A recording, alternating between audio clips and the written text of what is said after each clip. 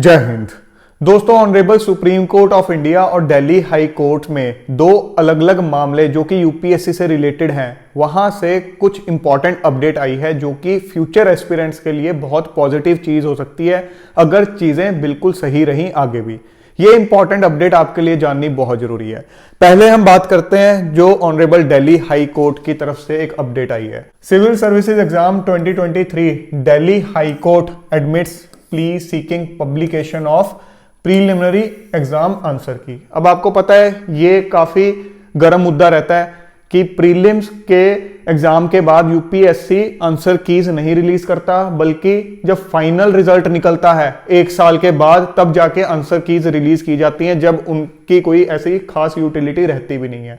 Main utility कब है? जब प्रीलिम्स का पेपर हुआ उसके जस्ट बाद आंसर कीज रिलीज की जाएं, सो दैट हर स्टूडेंट को पता चल सके कि यूपीएससी की आंसर कीज के हिसाब से मेरे क्या मार्क्स बन रहे हैं। अगर किसी ऑप्शन के अंदर स्टूडेंट्स को ये लग रहा है, मेजॉरिटी ऑफ स्टूडेंट्स को, कि इशू है कि यहां इसको रिवाइज करना चाहिए, तो पहले ही स्टूडेंट्स वो इशू रेज कर सके।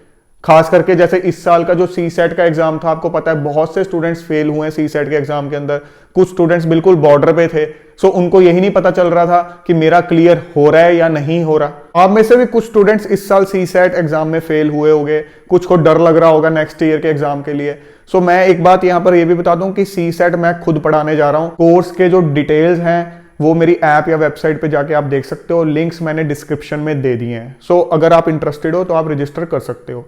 सो ये जो न्यूज है अपने आप में काफी बड़ी है। आपको लगेगा सिर्फ एक प्ली तो एडमिट हुई है, उससे क्या होगा? बड़ी बात ये इसलिए है क्योंकि यूपीएससी तो चाहता ही नहीं था कि ये प्ली एडमिट भी हो, क्योंकि यूपीएससी के काउंसिल ने ये बोला कि इस तरह की कोई भी प्ली सुनने की जो एक्सक्लूसिव ज्यूरिडिक्शन है वो है सेंट्रल एडमिनिस्ट्रेटिव ट्रिब्यूनल के पास। क्योंकि आपको पता है रिक्रूटमेंट से रिलेटेड या जो भी एग्जाम्स होते हैं इनसे रिलेटेड जो भी डिस्प्यूट्स वगैरह होते हैं, हम नॉर्मली सुनते हैं कि कैट के अंदर केस चल रहा है। सो यूपीएससी की तरफ से दलील दी गई कि ये प्ली एडमिट नहीं हो सकती, बट दिल्ली हाई कोर्ट ने बोला कि ये जो 17 पेटिशनर, क्योंकि जो 17 एस्पिरेंट्स हैं उन्होंने मिलकर ये प्ली डाली है कि ये सिर्फ यही तो बोल रहे हैं, यही तो एक रिक्वेस्ट कर रहे हैं कि जो आंसर कीज हैं वो just after prelims exam release की जाए। तो दिल्ली हाई कोर्ट का ये कहना है कि ये कोई एग्जामिनेशन प्रोसेस को चैलेंज नहीं किया जा रहा है, ये जस्ट एक सिंपल रिक्वेस्ट है।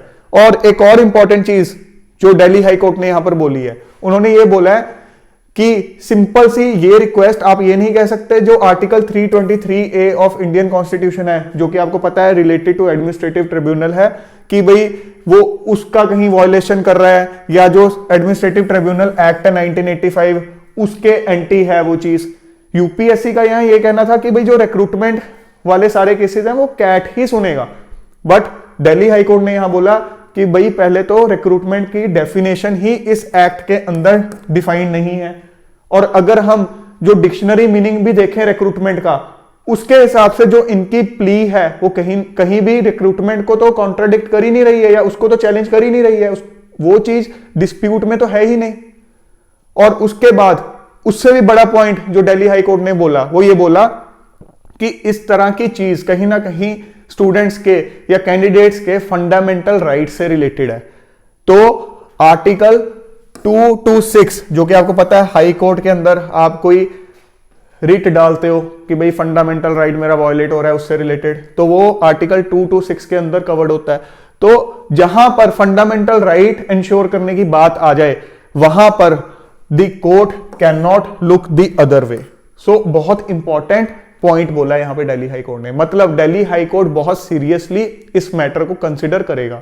अब डेफिनेटली ये मैटर जो है आर्ग्यूमेंट्स के लिए लगेगा, इसमें आर्ग्यूमेंट चलेंगे तो चीजें हम देखेंगे किस तरह से निकल के आती हैं। बट अगर ये जो जजमेंट है फेवर में आ जाती है और उसके बाद डेफिनेटली आपको पता है सुप्रीम कोर्ट भी केस जा सकता है।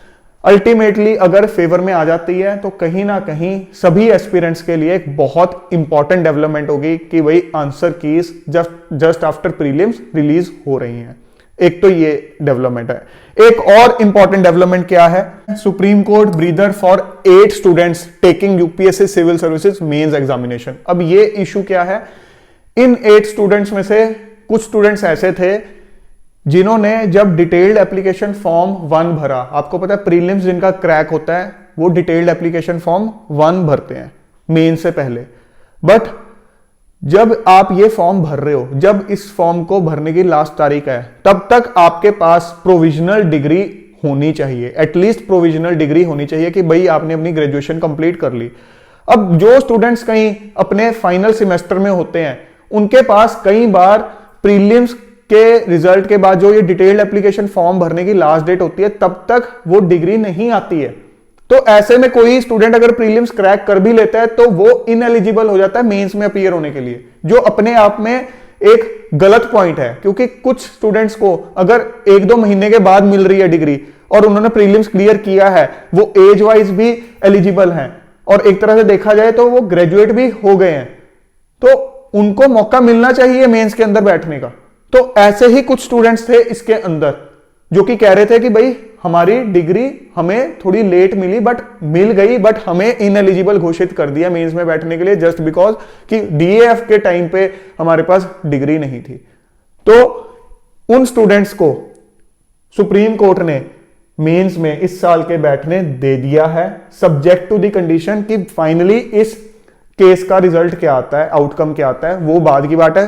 तो कंडीशन एक लगा दी है, बट अभी के लिए बैठने दे दिया। और जस्ट एक दिन पहले यूपीएससी को कहा कि इनके मेंस के एडमिट कार्ड जारी किए जाएं। तो अगर इस केस का आउटकम जो एस्पिरेंट्स हैं जिन्होंने केस फाइल किया है उनके फेवर में आता है फाइनली, तो आपके लिए भी कल एक पॉजिटिव चीज हो सकती है। अगर आप एक ऐसे कंडीशन में हो कि ग्रेजुएट होने के जस्ट बाद आप प्रीलिम्स दे रहे हो, मतलब उसी साल दे रहे हो, और आपको डाउट है कि यार जब डिटेल्ड एप्लीकेशन फॉर्म 1 भरना होगा उस टाइम तक मुझे डिग्री मिलेगी या नहीं मिलेगी, सो आपके लिए भी एक पॉजिटिव डेवलपमेंट है। सो इस केस का फाइनल आउटकम देखना जरूरी है। उसके अलावा इन्हीं 8 स्टूडेंट्स में से कुछ स्टूडेंट्स ऐसे भी थे जिनके EWS सर्टिफिकेट के अंदर आप कह सकते हो थोड़ा सा एरर था, ओवर राइटिंग थी, जिसकी वजह से इनका सर्टिफिकेट एडमिट नहीं किया गया या इनको मेंस के लिए बैठना अलाउ नहीं किया जा रहा था।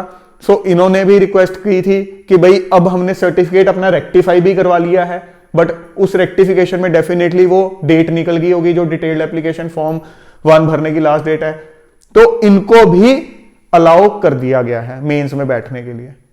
तो अगेन आपके लिए ये चीज एक सबक है कि भाई अपने सर्टिफिकेट्स को पहले ही ध्यान से बनवाओ।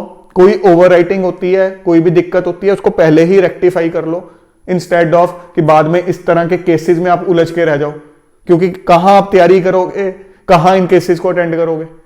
तो इससे तो आपको सबक लेना है कि अपने सर्टिफिकेट्स पहले ही सही रखो, कहीं कोई एरर है, ओवर राइटिंग है, पहले ही रेक्टिफाई करके रखो। और ये चीज आपके लिए एक पॉजिटिव चीज हो सकती है, क्योंकि इस चीज पे कई बार आपका बस नहीं चलता कि भाई आपकी यूनिवर्सिटी, आपके कॉलेज आपको डिग्री कब प्रोवाइड कर रहे हैं। तो फ्रेंड्स, ये 2 इंपॉर्टेंट अपडेट्स सभी यूपीएससी एस्पिरेंट्स के लिए जरूरी थी, इसीलिए आई थॉट कि आपके साथ मुझे शेयर करनी चाहिए। सो जल्द मिलेंगे एक और नए और इंपॉर्टेंट सेशन के साथ। Till then keep grinding yourself and stay fit and healthy. जय हिंद।